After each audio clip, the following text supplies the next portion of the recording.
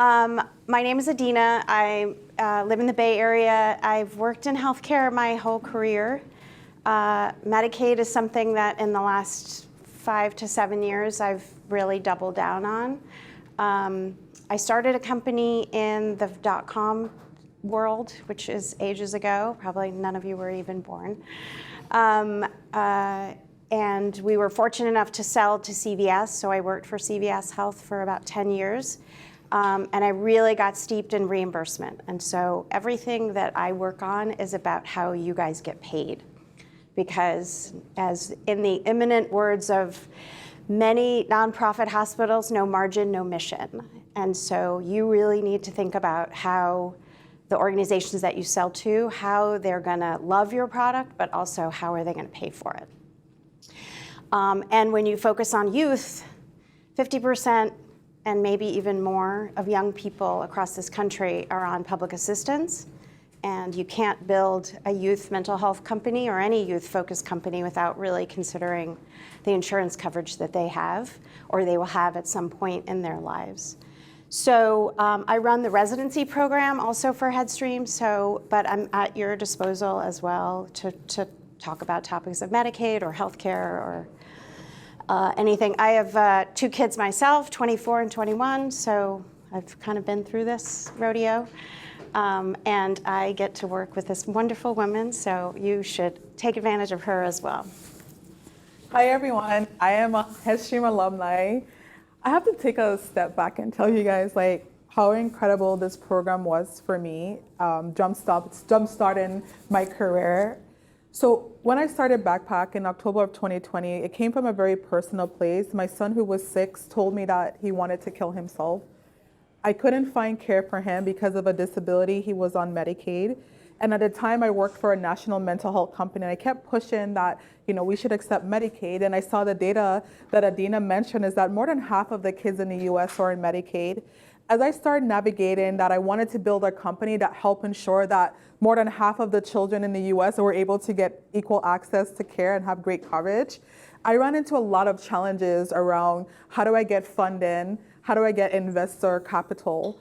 So I have to tell you that there's always a turning point in any company's journey to allow you to keep moving. We were about to go to zero at one point because one, you need capital to build a business. And then Headstream had a program that we got capital for. And then Hope Lab at the same time had a program. So I was able to combine the 2 funding that came at this very same time. And this is why we're still here today. So I don't share that story often because most people don't ever realize what it's like to come to zero. But building a mission around Medicaid is very challenging. There's a lot of naysayers in regards to how it works. But it's something that you will be successful at if you continue growing, continue building. So this is why Headstream means so much to me, is because at that moment when we could not make payroll, this was almost like seed funding to grow the business, and I leverage it as most to that capacity. And we've been successful fundraising since then, but I just had to let you guys know that leverage this as an opportunity for seed funding, not as your time, but how do you use it to get your business to a next level. So that's what I would definitely want to share and kick off with that. It's a successful fundraising. It was a very successful Series A for 2024. Yeah, 2024, 14 million. Yeah. So just think about almost going to zero. This little, you know how much we got, and then now it's it was successful because you just never know where your opportunity is going to come from, and make sure you don't ever squander any opportunity that comes your way, because you just never know if it's going to be your last one. All right. Woo. Woo. Okay. So some of you in this room, I think, are pretty far along in the world of Medicaid, but I always like to start and level set this because the more I work in this field, and Hafeezah can attest to this, the more I know, the less I know. There are 50 states, and even within each state, there are county iterations. And I know Michelle is nodding her head. So coming to this work with humility is really important, and an openness, and never a I know this, and I never think that I am an expert. I'm always a learner, and I think that's just lifelong learning. So Medicaid, as I said, is for young people who you're focused on. More than 50% of kids get their funding through this mechanism. And it's funded both by the federal government and the state. So I will get to the big, beautiful bill and some of the changes at the end of this talk, but in general, it's a mixed model between the federal government and the state. They're mandated to cover certain populations, and so for you focusing on young people, those are a mandated covered population. And so the fear or the risk of young people losing coverage, while it's a real fear, it's not as profound as it is for sort of the middle or lower income adults who are going to be at risk starting 2027. And they're mandated to cover certain populations, those with disabilities, low-income children, elderly people with disabilities.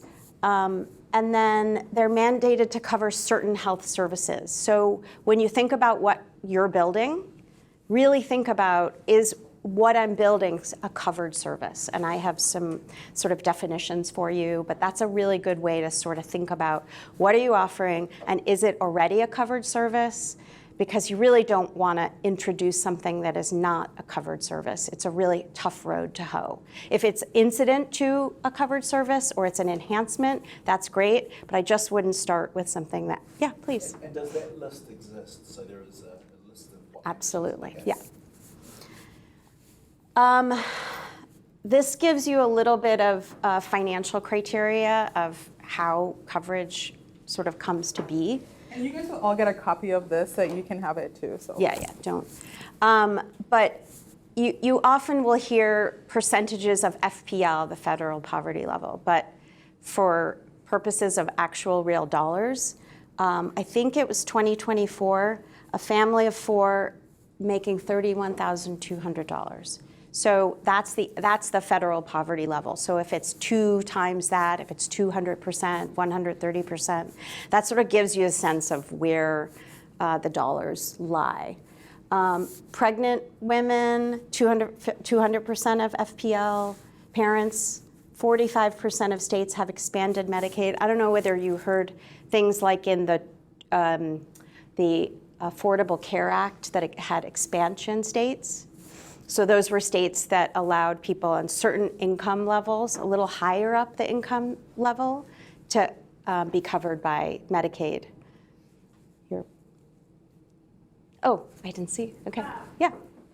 I hear Medicaid and CHIP often referred to interchangeably. Yes. Are there like major differences that we should know about, or can't, when you approach like an MCO, do you think about those populations differently or the same way? CHIP is just the child health insurance program, so it's interchangeable to a certain degree. It just depends on whether the state has developed like a child-focused program, or within their Medicaid managed care, they've got their children under the umbrella. Is that, Yeah, that's pretty correct, much right, yeah. So that's all you need there. Just to give you a sense of numbers, and I'm sad to say this graph is not going to increase, it's going to decrease, and not for good reason, because of the new Medicaid cuts that are coming in 27, that it does appear that across this country there will be folks that are left out of the Medicaid population. But from a CHIP perspective, 7.3 million are under the CHIP umbrella, 71 under Medicaid. So this is as of April 2025. I want to give you guys some real world examples of things that we're seeing that's similar to, when you see this decline, kind of similar to what we're seeing today. So I know I don't know if you guys remember when they had redetermination, where during COVID there were a lot of rules where more people can get enrolled, and then there was redetermination that happened. So when you see the increase from before COVID. And then you see how many people were actually getting coverage, and then you start seeing a decline. There was really policy work that happened. So people had to go through the redetermination process, which was abandoned for some time. And that's going to be similar to what you're going to see in regards to what will happen as new rules are coming. So you can see what the decline has been for individuals not being for Medicaid enrollment, but you're seeing that children continue to increase while adults were declining, right? So I want you guys to have that concept of a real life example that happened when people had to go and get redetermined, check their benefits. That's something that's going to happen again with the new legislature that's passed. So I just want you guys to see what that looks like on the graph and why you still see kids are always tend not to be declining, but you see a lot of adults that have major drops. So in terms of covered benefits, the list is pretty expansive, but what you would expect: inpatient services, outpatient services. This topic of what's called early periodic screening diagnostic treatment, EPSDT, something you should just put in your head of, does my service come under that umbrella? Because that's a mandated set of services, either at a school site or in a clinical setting. And so that's one of those areas that I always tell young companies, if your program, product, service can fall under EPSDT, that's probably a really good one to sort of earmark.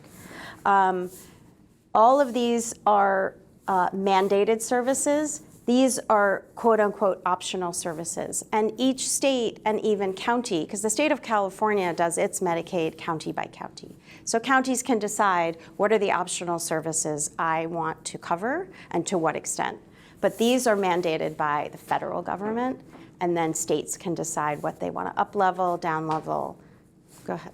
Yeah. And under behavioural health services, is it further then classified into what sort of, we do sort of virtual reality exposure therapy, which could fit under that? Like, is there a further sort of definition of what's covered under behavioural? Of course, and every state will have its planned services. Okay. So these are the kinds of things that Hafeezah can certainly talk to. And when you do go to market assessment and you do state level strategy planning, you really want to look at states that are either a little bit more risk tolerant, a little bit more out on the edge of the curve, getting clinicians to be your buyers or your advocates. Because it's really not going to come from the plan. It's going to come from the ground up for something like what you're talking about. I don't know if you have any. I know we always hear Medicaid is state by state. So I want you to really put this in your mind. So just think about, you travel the world, and every state, you go to 50 different languages, okay? Medicaid is 50 different languages, English, Dutch, by state. So I want you to think about, like, if you look at Maryland, that's a Dutch-speaking state. If you go to Florida, it's a French-speaking state. So you can know how different everything is. There's nothing that's really similar across state. You really have to go state by state. Every rule is different. And I think that's the hardest thing to have individuals understand, that it's like just treat it as a different country, not even you're in the United States when it comes to determining what's available. And I'm gonna share some techniques that, because of ChatGPT, that I wish I had 4 years ago, but I'm gonna share a technique I think that will help you guys a lot. That's exciting. Yeah, I'm excited about that one. That's like the biggest secret Yes. that I learned in the last 12 months in backpack history. If I knew that 4 years ago, it will be game changing, and I can't wait to show it to you guys. All right, exciting. The EPSDT benefit, just for your education, like, think about, does your service focus in this area? We had a company in the residency last year that was doing screening for mental health in schools. And that there are certain states now that are doing mandated screening. So it's like, where are their headwinds, where are their tailwinds? We want you to find those within the Medicaid population and even a particular state. 2 last slides, and then we'll sort of, I think there's a lot of interest in how you grew your company and questions. But getting paid in this environment is where you want to be. 46 of the 50 states, maybe 45, 46, use Medicaid managed care as their vehicle. So the state itself runs an RFP process, a request for proposal process, and asks the market, both nonprofits and for-profits, to go out and bid.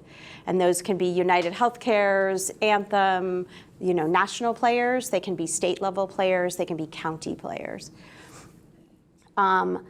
We've seen a rise in the last 5 years of those Medicaid managed care organizations that want to enter a new state. If they're a new organization to enter a state, in that RFP, they want to put creative new services into the line level detail to say, if you award us a certain population, we'll give them some extra services that would not necessarily be part of the basic benefit. So we saw a lot of companies that were written into RFPs. So that's been a tool that's worked up to now. With respect to future state, with the big, beautiful bill, who knows whether this will be a strategy, but know about it as you develop your conversations with Medicaid managed care. If they're in an RFP or going to RFP or thinking about going to RFP, how does your program service offering help them in the youth mental health landscape? MCOs, they negotiate with providers. If you guys are the providers, you really need to know what the reimbursement is for the level of service. And Hafeezah has been very skilled at knowing where she can make money and where she can't, and what state she's going to go to, so that she can, have a margin. Because if you're going to lose money on every pediatric visit, you're not going to have much of a business. So no margins, no mission. And to receive payment in a managed care environment, you need to identify which managed care plans have a contract in the state and become a contracted provider. So again, not all of you are going to be actually provisioning service. So you might be collaborating with an organization that's a provisioner of service. So it really does depend on what your model is. And lastly, I have a couple of others, but lastly, to me, it's really important that you think about your offering in one or many of these buckets. In the financial world, when you're contracting, are you going to be cost additive, cost neutral, cost savings? Managed care organizations want to know that you're going to do better, potentially with less, or you're just going to take the fee-for-service schedule and not ask for more. This is what other providers are paid, and you as a digital health provider need to be able to work within that construct. You'll probably hear about alternative payment models or risk-bearing models, and that's something to think about, but it's sort of future state for you. Clinical, are you doing something that's of very high clinical value?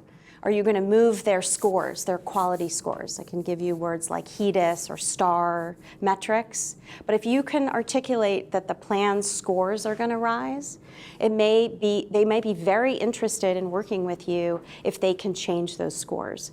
Because Medicaid has a philosophy, when someone enrolls in Medicaid or gets redetermined and they don't pick a plan, they're auto-assigned based on quality scores. So if I want to make sure that my scores are high, I'm going to get more patients under my umbrella. So I sit on the board of San Francisco's health plan, which is the Medicaid for the county of San Francisco. We have 180,000 lives, and our CEO is blindly focused on quality scores. That is her number one thing at every board meeting. That is what she talks about first. So it is extremely important in the Medicaid world to think about how your service, product, intervention can help with those HEDIS measures. Access to care. This is really, really important when someone says network adequacy. Health plans build a network based on clinicians in the network and available. Behavioral health is constantly under stress because there's not enough capacity in the system. So if you're coming with something that can build network, build capacity, so wait lists can come down, And if you want to talk to that at all? Yeah, I will. Okay. That's extremely important and will get the attention of the folks that you're talking to. And then, interestingly, consumer engagement and satisfaction do matter. So if your product, service, offering can get really good results that they can hear good feedback on, they're absolutely willing to have a conversation and come to the table. So my hope is that, and we'll send you these slides, but my hope is that this sort of thinking is where you need to develop your approach to managed care. And I know that folks in this room have already pitched managed care, so they can give. The big, beautiful bill. Whatever your political leanings, matters none except for the fact that changes are very much afoot by the middle to end of 2026. States right now are all working really hard to figure out how they're going to implement work requirements. And so by 2027, they will be off to the races with a different set of covered beneficiaries. So the things that are basically going to change is updated work requirements. So each state can choose to start earlier, but it starts January 1st, 2027. Eligibility changes like restrictions for some immigrant groups. That starts October 1st, 2026. More frequent renewals. Again, states can start earlier, but there's an anticipation that it's probably quarterly updates to your work requirements. Working 80 hours a month is basically the guidepost that we've been given. And potentially more out-of-pocket costs depending on the state.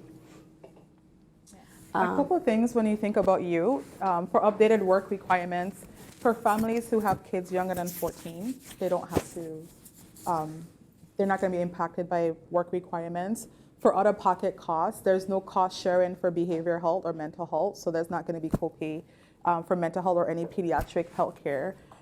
So those are some things I wanted to make sure you guys are highlighting, that how does it work when it comes to you, and showing that the one thing that's always, I have to look at the positive in everything, right? Because you just like get pounded with nonstop negativity, is that there's bipartisan support for youth. And that's something that's always been there. And I want to make sure that we're all positive because we're focused on you, that we have that energy to know that this is an opportunity for us to be able to leverage and to be able to attack so that we can build strong businesses that we can do well by doing good. So, all right. Yeah, So- let's pause there. Pause? Yeah. All right. So for me, I'm a practical person. I always say, if I started this business 4 years ago, because I always heard this conversation, what is first-time founder? I got rejected so much because I was a first-time founder. So I go back and I said, if I was to start Backpack for today with all the knowledge I've gained over 4 years, and I would tell you, like Adina said, I know nothing about Medicaid. And I know a lot because it changes every day. So I'm going to say the first tip that I wish I had, the very first one, ChatGPT. So I'm going to have you guys, because I think one of the things that most people don't understand is like, where's the money? How do we find the money so we can get paid for our services? What is budgeted for? So I'm going to have someone pick a state. Who has their laptop? Let's go. We're going to do a live interactive. If you have a laptop or not, it's fine.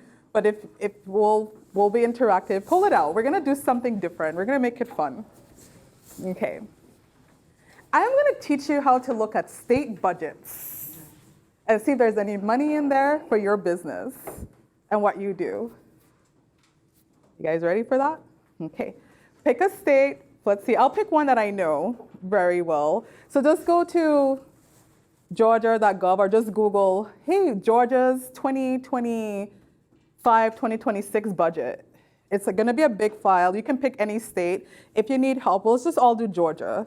And then I'll go and see, like, making sure you guys can find like the budget. 2026 budget is usually a PDF. So you'll see the government budget reports. So every state, so you saw so governor budget reports, yeah, that's the most recent. It's a PDF. So you guys found it? Every state has their budget. Every year there's a budget year. So I want you to go to ChatGPT and think about whatever your business is, your prompt, and said, hey, is there anything allocated for, I always use pediatric mental health for XYZ or for services, whatever you want to do. And then it will automatically kind of share with you where some of the budgets lie in regards to who owns it, if there's any money available for your type of service. If you haven't found a budget, let me know, I'll come help you. But every state, that's like the level of hard work that you would have to do state by state, just to give an example. But every state has their budget publicized. And then you can do the same thing with the big, beautiful bill, so you can see where allocations are. So if you need help with any prompts, don't be sad if there's nothing in there for your business. We might have to change the prompts around, but let's see if something comes up. And then you keep prompting to try to get deeper. You can ask, which department is this allocated to? So you can see if it's Department of Social Services. So that's like imagine if I had this 4 years ago. How could it inform your strategy and how you determine what states to go to? If you take the time, you take 2 hours and just download every state and you upload them, you can determine like, okay, I will try with this state first. You can put strategies in place like fail, fast, try, break it, fix it. Go ahead.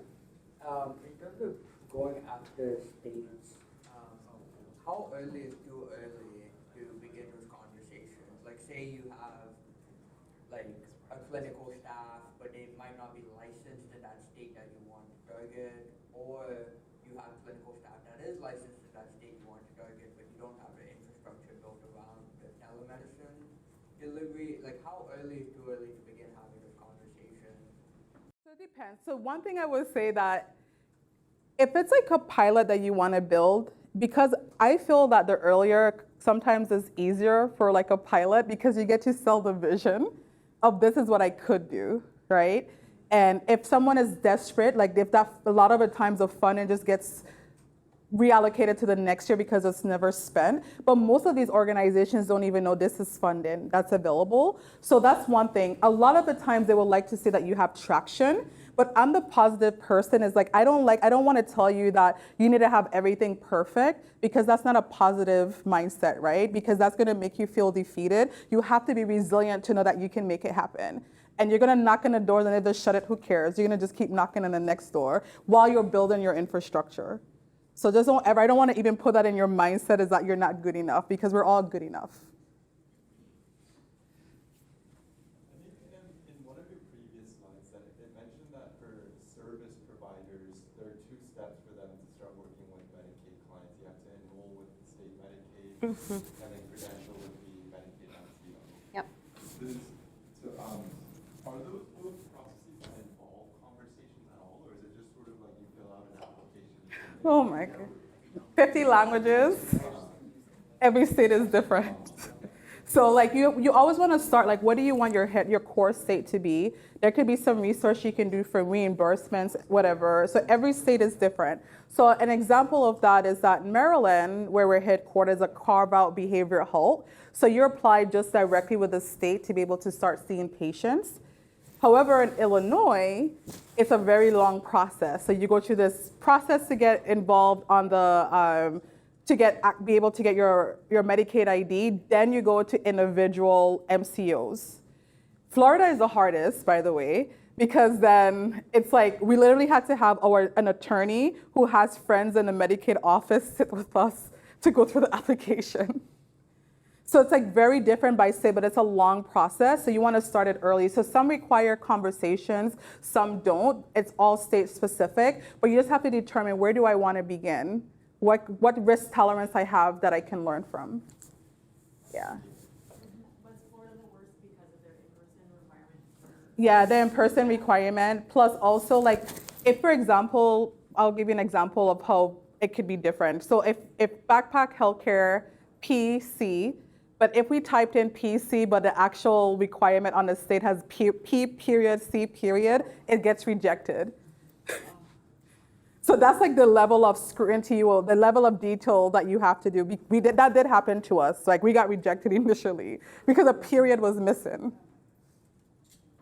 So I would definitely think about this as if you were a newly minted doctor out of medical school and you were putting out your shingle to receive new patients, you have to go through the same process. So there's really not a lot of magic because you're a digital mental health company offering this service. It's just the apparatus that the state puts up is you need a Medicaid ID, and then you need to be contracted with the Medicaid managed care organization. You don't have to be contracted with all of them. You could just be contracted with one. The other idea is you hire specifically with someone who's already in the state and licensed with Medicaid, because that will save you an incredible amount of time and give you on-ground contextual information about that state. It could be either, yeah. Some clinicians have their own Medicaid ID or a practice. I've heard one of the residency companies that is in our and we're advising, she just decided to buy a clinic practice, which I was like, okay, it's already revenue generating, it's already in network, and then she could sort of build around. And so it was a really not particularly expensive and advantageous move. So something to consider. Yeah. Question? What states, since you said Florida is particularly tough, on the flip side, what states are like more advantageous in your experience, or friendlier? For what Depends. service? Yeah. Yeah. Like for you, mental health. So I would say for carve-out purposes, Maryland is the easiest if you want to get, because it's like a corporate practice of medicine state. So you don't need to have a PC, right? Your corporation can practice in there. And then if you want to get enrolled to do Medicaid, it's carve-out. So you just do an enrollment with the state, and you auto able to accept every MCO in that state. So that's like one of the easiest ones, but there's also nuances about, with the type of staffing you can have and so forth within that state. So it's always different by state. Would I tell you that which one has been my favorite to enroll in is Arizona. It was a longer process, but it wasn't any back and forth. Right? You submitted it and you just waited your time. They didn't ask you for a lot of information and so forth. You just had to do the wait-in game. So it just all depends on what you're looking for. With respect to, do you guys know what a carve-out, what that means? Everyone? Okay, so carve-out is that if we have like all the states where we see all the different services that's provided. So the carve-out is that the state will cover the behavioral health. They're not contracting behavioral health with an MCO at all. The state is the one who's just responsible for providing that care. And the MCOs is not responsible for ensuring they have network adequacy, enough people in the network. The state is the one who's responsible for that. Most people don't like it. I love it because like you get active. Once you have your Medicaid ID, you can start seeing patients from any MCO overnight. It's pretty, and it's also the fastest state that we found that we were able to get our Medicaid ID. It's different now because it just switched vendors, but before we got our Medicaid ID in less than 3 weeks. But now it's longer, but this is how fast it could happen depending on what state you're in. That's for Maryland? Maryland, yeah. But in the other states, we've had states that took us a year, like Florida. So it really just depends. Everything is very different. So I always tell people, like, right, I'm watching like 4 companies, and one of them, I'm like, hey, you got to start in Maryland. They wanted to start I was like, just start in Maryland. At least you'll start getting revenue while you're getting your business growing, while you're still figuring out having a P Corp. And they listened. They started in Maryland, right? And they're generating revenue because you can generate revenue from day one in Maryland because of how much more easier it is, so that you can have proof of concept. So you guys will all be competing with Backpack, no problem. But at least, like, as a way to start your business, to at least have proof points. So that means when your providers are getting credentialed, it's only one process. You don't have to individually credential them in each individual MCO? Nope, at all. You just credential them with a Medicaid MCO website. The state Medicaid website is called Encato, and that's it. It's the easiest state in America, for sure.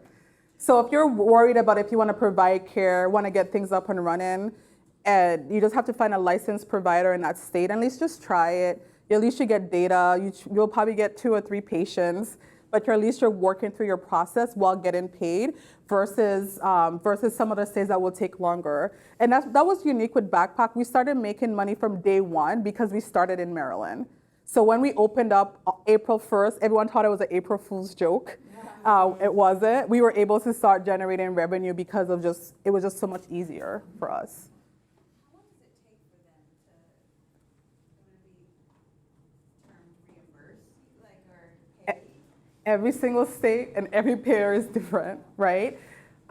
Maryland just switched vendors. We used to get paid every week. Now it's long, like at least a month you will wait. A month to 2 weeks you'll wait to get paid. From when you submit your claim to when you get paid. But we're just in a switch of vendors, but it's really challenging. And that's one thing to look out for is that the vendors that you have, when an MCO changes, someone else wins the contract to submit claims that really can disrupt your entire business too. Because you're gonna have to find out, okay, which patient is switched to what MCO, what coverage, what reimbursement. It's a very stressful process, but at least you learn as you go with it. And that's what happened is like in Maryland switched their provider who was managing the state carve out, and that kind of like really impacted a lot of the results. Sorry, can I continue? Yeah, absolutely. Is it fairly easy to submit claims, or is it a process? Like, do you have to bring possibly someone in who is used to that? So early on, I submitted claims because I had to do it. I couldn't afford anyone. I would tell you, I have about, at least in that month, like maybe about 7 gray hairs for the 7 claims I submitted. But you just want to have the right EMR, EHR system that would allow you to be able to do that it's like very easy to be able to submit the claim. So can you just like take me through, you became a provider, you serviced some clients, and then you made your claim. Like, how did you kind of like, can you just like fit the dots? Like, it was like then delivered to individuals that you marketed to, like? Yeah, so a couple of things from a service perspective, because I know there's some technology-only companies on there. So we first decided that we want to accept insurance. So you make that decision, we want to accept Medicaid. We submitted the process to accept Medicaid. And then the next step was that now we're able to accept Medicaid. How do we find our patients? So because we were really like, it's really hard to find providers that accept Medicaid, I just started door knocking on my pediatrician office. And I was like, hey, I'm accepting Medicaid. Do you have any patients to send to me? And from then I started getting referrals. So those are some ways that you have to be willing to go on the ground, go face to face and talk to people and say, hey, I'm here, I'm available. And then also making sure you're able to let them know like, hey, this patient is like, make sure you have a release to say how well this patient is doing. So when the patient comes and you verify the insurance is active, that's step number 1. And then after the session is completed, then you submit the claim to the insurance company and you get paid. So it's about 4 steps. Did you have any issues with CPT codes or even providing CPT codes for some of the services that you were claims you were looking to process?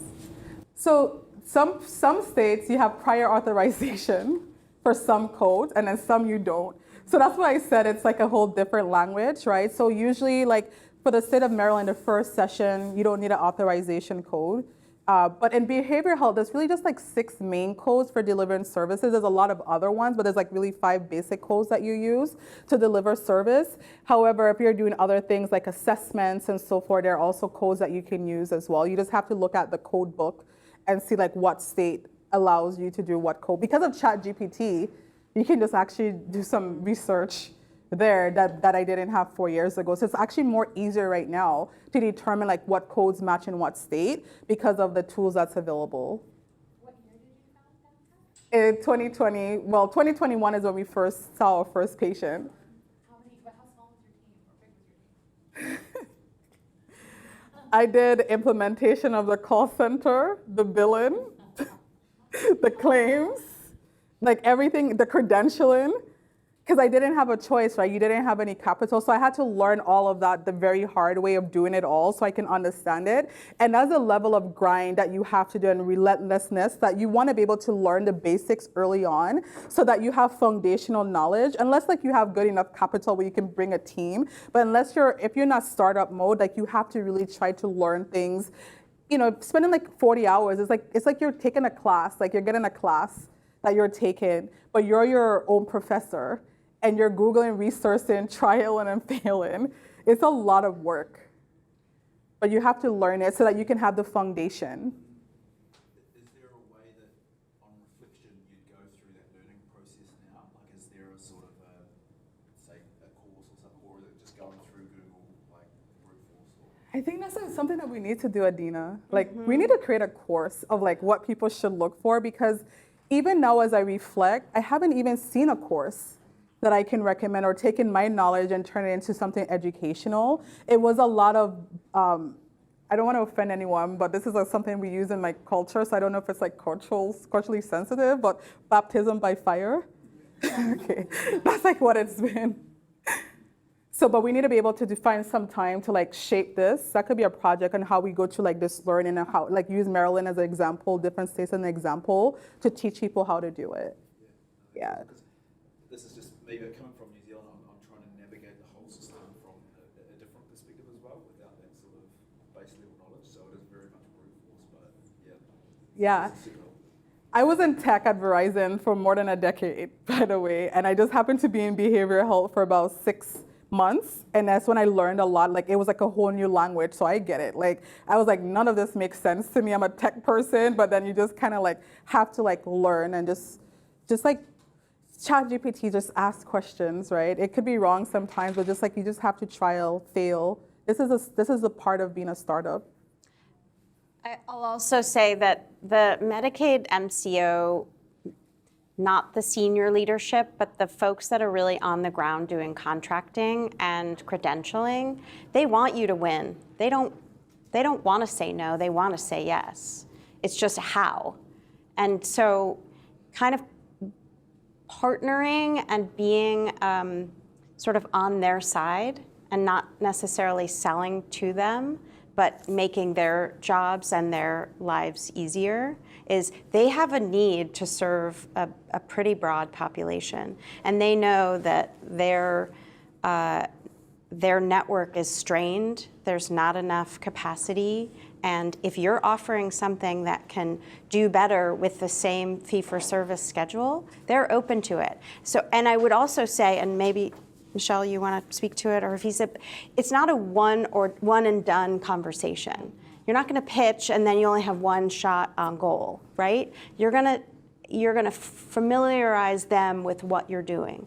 Then you're going to come back, and then you're going to refine, and then you're going to refine, and then you're going to. So I think building those relationships that a lot of the Headstream community and I have, and Hafeezah has, and others have, it's not a one and done. So just find yourself at conferences and find yourself in places where Medicaid leaders are there and just have a dialogue. But don't pitch hard. Be listening instead of selling. Yeah. Betty? Yeah, this is, you answered a little bit of what I was thinking, Adina, but I'm wondering if your company isn't really like a traditional provider or fee-for-service model, or, is there any sort of resource that you would recommend that can help us kind of customize our pitch to be more aligned with what they're looking for, so that we're not coming really out of left field? So one thing that you will see is that, like, it comes down to research. You will start seeing, like, where if you find a leader, so like if you want to sell to, I'm going to use Department of Social Services, right? They usually will put stuff out, like reports of things that they're struggling with, things that they need to achieve from a goals perspective. And if you start looking at what people need and you tailor your solution or your packaging, your messaging to something that they've publicly said that they need, it makes all the difference. So it's really like plugging in and learning and researching to be able to find that out. But also too, like one thing I would say is that something, what Adina said is really important, is that everyone is getting pitched all the time. The one thing you want to go with is relationships. And I'll give you an example of that. Going through credentialing with Care First, it was taking a very long time, right? So I remember finally I called every day and I got in touch with this lady who's over credentialed, and she just magically happened to answer the phone. And I was like so frustrated about the process. And I was like, you know what, like, you know, I could be intense, and I was definitely gonna go, what the hell, WTF? But I was like, she probably hears this all day long. So I had to pause, right? So I just talked to her. Her name is Yolanda. Hi, Yolanda, how are you? How's your family? Do you have kids? This is my first call to her because I literally was so angry. I had to take everything out of me, every anger, and push her down. I was like, and I really got to know her on a personal level, like who she is, like what matters to her. So what started happening is that, like, you know, my stuff was, I would call, hey, I need this, and it would happen the same day because of the relationship. So you remember that everyone that you meet is a human, and if they're working in healthcare, Medicaid, even CareFirst is a commercial plan, they're humans, and you want to get to know who they are as a person, get to know their family. You know, I know she had a daughter. There was one that was graduating. I remember everything about her. Her husband, she was from the Philippines. Like, really getting to know that person and treat them as a human, because you never know when those conversations are going to come up where they're going to remember you because of that, not what you do. No, what you do just makes it better. There were a handful, just in the interest of time, there were a handful of questions emailed, so I wanted to get those sort of surfaced. So one of the questions were around school-based coverage, because obviously we have this world where young people are at school and they also have an insurance card in their wallet. And we're trying to get those to meet. And schools are constantly in the position of having a kid that needs a service, and can the school pay for it? Are they in the position to pay for it? Or is this something that the insurance world, commercial or government, can pay for? And so many states have built what they call sort of school-based services. California is pretty far on the edge of the curve to build sort of a school-based mental health model and reimbursement through something called the Youth Behavioral Health Initiative, CYBHI. And that's been contemplated in 23, 24, and pretty much getting implemented now through school-based behavioral health. So that's an interesting area for you to consider. This slide deck has links, but this has a lot of new guidance as of June 2025 around school-based covered services. Diagnostic testing technologies will Medicaid cover? That was a question that was, it's really not about the testing, it's about medical necessity. So I couldn't tell you whether your test is covered or not, but if it's medically necessary and how it compares to existing standard of care and cost. If it's wildly more expensive than the standard of care, I would say that could be challenging unless you get an academic or a physician in the market to really be your champion. I don't know if you have any. No. Strategies negotiating enhanced payment rates beyond fee-for-service. This is a really interesting question, because there are companies that come out of the gate hot and they really would like more enhanced rates than beyond the fee-for-service schedule. I know a handful of companies that have been successful, but most have to really think about taking fee-for-service, proving your model, proving your outcomes, proving your market capacity, and then having a conversation. But I want you to comment on that. So that's correct. Like, so there's enhanced fee. So we started off basically fee for service for a few years. It is challenging to get like enhanced rates, right? And then we had our first value-based care deal with United. And then we started doing negotiating what's called case rates. So case rates are very different, where they're not fee for service, but you're using the fee for service codes that a plan would approve. So for example, if you have like a diagnostic test technology, if you're packaging it with like maybe like a mental wellness visit or like a mental visit, you can give them a fee that you can charge for those services, and you have like a case rate, and then that's how you can build insurance. You're not getting like, it's not like one line reimbursement, but you're submitting multiple codes for that same session, and that's a way to get around not having them to add a new code for your service. Does that make sense? But it does take some time of having outcomes and having like that you can show like how you can improve. The one that we were negotiating with was with Washington, D.C. They had to improve their HEDA score around ADHD evaluations and making sure that was improved. So we submitted a proposal of this is what it will cost from a case rate perspective. We bill out the case rate, and we'll get reimbursement back. The deal didn't go through because the chief medical officer changed. So that's also something that happens. So there's someone new, you're starting over again whenever there's a change in the organization. So we didn't get to contracting, but we really got really far. And I have some 30-minute sessions that I will allocate so we can have like more specific conversation. If for your specific scenario, I can help you look at different structures of what you can do to help like show you like what a case rate could look like, especially if you have like diagnostic technologies and things that you can like build in. Is a case rate different than a bundled rate? It's the same. It's the same. Yeah, it's the same. Yeah, yeah. The question about braided funding, and again, state by state, community by community, but this is really common in newer models of care where you can find some community-based grants, philanthropic funding, and a Medicaid MCO to potentially get paid a little bit more. Maybe the grant would cover implementation costs on your part as a company. So it's a really interesting model that has, if you have relationships in the community, and based on your Georgia example, if the state has a mandate and there's philanthropic funders in that community that want to support something, you could certainly go to those funders and say, would you pay for X because we want to onboard or we want to create a pilot? Yeah. And I can say like Backpack early on, a lot of philanthropy helped us when I think about Headstream and different pieces of it. So like not only looking at like venture, but also like how philanthropy plays a role. There's a lot of foundations out there that believe in youth and youth mental health. So there's like ways that you can apply. Just like it's a lot of research, but I feel like I need to find a way like we can have like a 1-page website and it's like, hey, these are all like the things I learned. Go figure it out. What are some of the top of mind organizations? And Casey Foundation is one that I do know about. What was it? And Casey. Annie E. Yeah, Annie E. Casey. Yeah, Annie Casey Foundation is one. I think Robin Hood Foundation sometimes have stuff. And then there's another one. It's a mental health one. Like, it's slipping my mind. We submitted last year for something.